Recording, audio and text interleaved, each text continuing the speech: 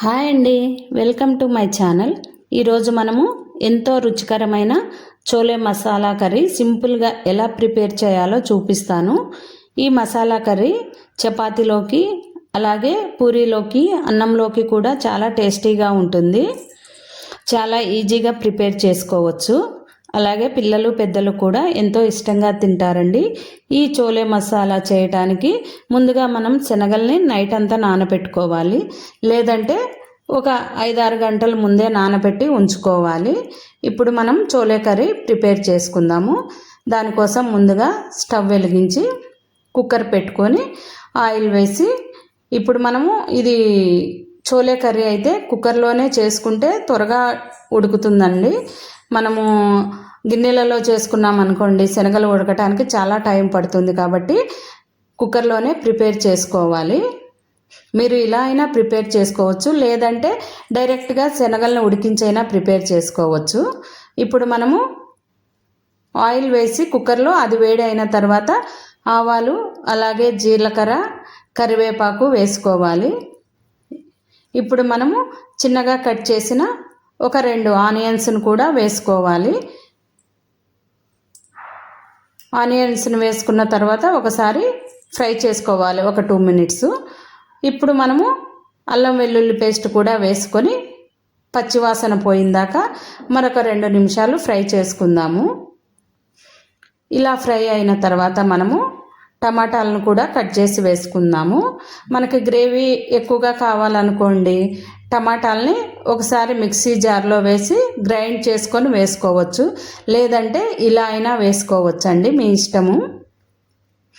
ఇప్పుడు మనము ఇంకొద్దిగా సేపు ఫ్రై చేసుకుందాము, ఎందుకంటే టమాటాలు మెత్తబడాలి కదా.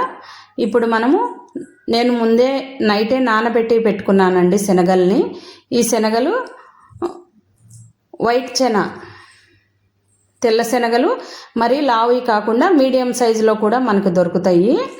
ఇవి అదే ఎర్ర శనగలు అనుకోండి, అంత టేస్ట్ రాదు చోలే కర్రీకి. తెల్ల శనగలు అయితేనే చోలే కర్రీకి చాలా బాగుంటాయండి. ఇప్పుడు మెత్తగా అయిపోయినాయి కదా టమాటాలు, అలానే ఆనియన్స్ కూడా బాగా ఫ్రై అయినాయి కదా.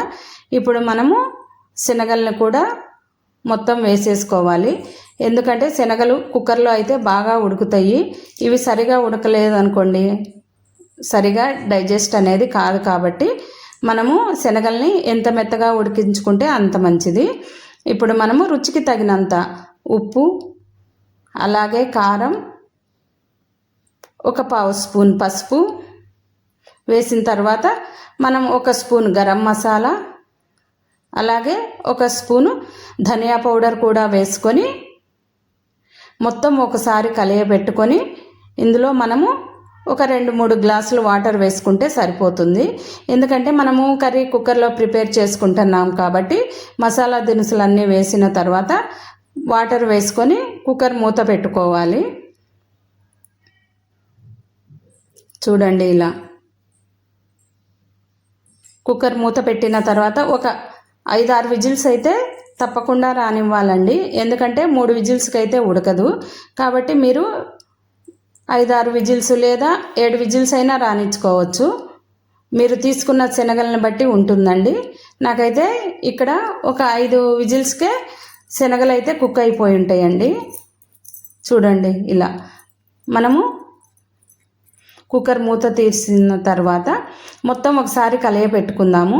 ఇప్పుడు మీరు గ్రేవీ ఎక్కువగా కావాలనుకోండి, ఇంకొంచెం వాటర్ కావాలంటే ఈ టైంలోనే యాడ్ చేసుకోవాలి. మనం శనగలు ఉడికినాయో లేదో చూసుకొని మనకు కావాలంటే ఇంకొంచెం హాట్ వాటర్ యాడ్ చేసుకోవచ్చు. ఇప్పుడు ఈ శనగలన్నిటినీ కొద్దిగా మనము ఉప్పు కారం రుచి చూసుకున్న తర్వాత పప్పు గుత్తి తీసుకొని పప్పు ఎనుపుకుంటాం కదండి, ఆ పప్పు గుత్తితోటి ఇలా కొద్దిగా స్మాష్ చేసుకోవాలి. ఎందుకంటే మొత్తం చెనా ఉందనుకోండి, గ్రేవీ అనేది ఉండదు, ఊరిక వాటర్లో శనగలు ఉండట్టుంటాయి. మనం ఇలా కొంచెం స్మాష్ చేసుకుందాం అనుకోండి, మనకి గ్రేవీ లాగా వస్తుంది. ఇప్పుడు మనము ఇందులోకి కట్ చేసిన కొత్తిమీర కూడా వేసుకొని మరొకసారి ఒక 2 నిమిషాలు ఉడికించుకున్నాం అనుకోండి, చోలే కర్రీ అయితే ఎంతో టేస్టీగా వస్తుంది. చూడండి ఎంత బాగా వచ్చిందో. మీకు కనుక నచ్చితే మీరు కూడా ట్రై చేయండి. Okay friends, thank you.